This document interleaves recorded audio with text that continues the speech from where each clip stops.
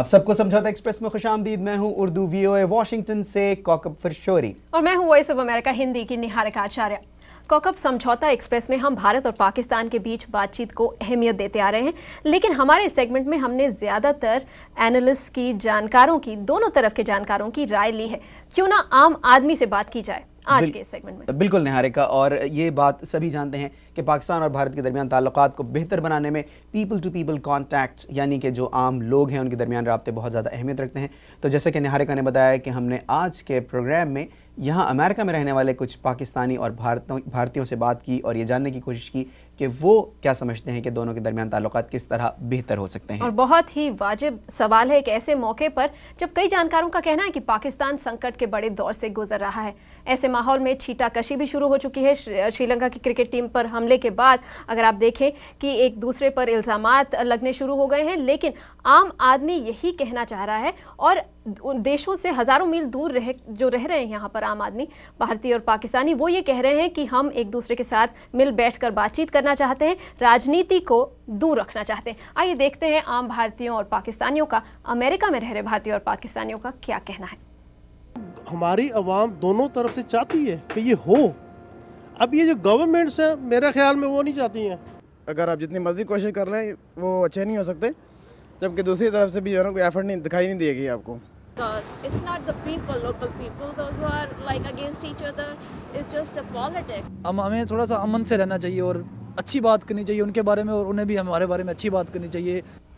यहाँ पर बात आती है कि लोग तो एक दूसरे के साथ मिल बैठकर बातचीत करने को राजी हैं, लेकिन राजनीति उनके हिसाब से बीच में आ रही है। भारत में भी ऐसे ही इमोशंस, ऐसी ही फीलिंग्स देखने को मिल रही है कौकब, खासकर मुंबई हमलों के बाद। उससे पहले एक बड़े स्तर पर लोगों के बीच पीपल टू पीपल कांटेक्ट था, यहाँ लोग आ रहे थे, जा रहे थे, एंटरटेनमेंट इंडस्ट्री में भी काफ़ी गिव एंड टेक था। लेकिन मुंबई हमलों के बाद एक तरह से वो भरोसा बिल्कुल हट गया है, मिट गया है। तो पाकिस्तान की तरफ से क्या किया जा सकता है इस भरोसे को वापस लाने में? निहारिका, देखें कि मुंबई के इन्वेस्टिगेशन में पाकिस्तान ने पूरी तरह से साथ दिया और भारत की तरफ से जो सबूत मुहैया किए गए थे उनकी बेसिस पर पाकिस्तान ने अपने यहाँ इन्वेस्टिगेशन की। कुछ लोग अरेस्ट हुए, बाकियों के ख़िलाफ़ मुकदमा दर्ज हुआ। पाकिस्तान ने बहुत कैटेगोरिकली उन चीज़ों को लिया, मतलब डिनाई भी किया जो चीज़ें अगर कोई गलत थी। तो पाकिस्तान की तरफ से तो कॉन्फिडेंस बिल्डिंग मेजर्स की जो बात है वो पाकिस्तान की तरफ से कोशिशें की जा रही हैं। हाँ, ये ज़रूर है कि मज़ीद कोऑपरेशन की ज़रूरत है। ऐसा नहीं है कि जो कुछ हो गया है अब यहीं तक रुक जाना चाहिए। और फिर ज़ाहिर है कि जैसा कि अभी आपने ख़ुद भी कहा कि ये गिव एंड टेक का मामला है कि दोनों को एक दूसरे से कोऑपरेट करने की ज़रूरत है। और जैसे कि अभी हमने अपने इस सेगमेंट में भी सुना कि लोग तो ये चाहते हैं कि कोऑपरेशन हो दोनों के दरमियान। जी सही कौकब, और आपने मुंबई हमलों के बाद की जो पाकिस्तानी इन्वेस्टिगेशन है उसकी बात की, और इसलिए कहा जाता है कि वो हर स्टेप बहुत ही अहम है। उससे काफ़ी हद तक निर्भर होगा कि दोनों देश के संबंध आगे किस तरह जाकर आगे बढ़ते हैं। साथ ही एंटरटेनमेंट की बात की थी, किस तरह से भारतीय और जो इंडियन एंटरटेनमेंट इंडस्ट्री है उसके लिए बहुत बड़ी ऑडियंस पाकिस्तान में है। पाकिस्तान के एंटरटेनर्स जो हैं वो इंडिया में बहुत फेमस हो चुके हैं और काफ़ी गिव एंड टेक हो रहा है। और इसी से शायद पीपल टू पीपल कॉन्टैक्ट की बात जो बनती है, उसी से शायद दोनों देशों के रिश्ते एक बार फिर पटरी पर आ सकें। बिल्कुल निहारिका, और यहाँ जो अमेरिका में भी जो लोग रहते हैं, इंडियन और पाकिस्तानी, वो भी इस चीज़ को फील करते हैं। इसी हवाले से हमने यहाँ रहने वाले कुछ इंडियंस और पाकिस्तानियों से बात की। आइए हम आपको सुनवाते हैं। हमारे बहुत सारे एक्टर्स, सिंगर्स वगैरह वहाँ पे परफॉर्मेंस के लिए जाते हैं, विच इज़ गुड। उनको वहाँ पे काफ़ी पेस मिलता है। क्रिकेट शुड बी एक्सक्लूडेड या स्पोर्ट्स शुड बी एक्सक्लूडेड। ये पॉलिटिकल जो भी झमेले उनसे अलग रखना चाहिए।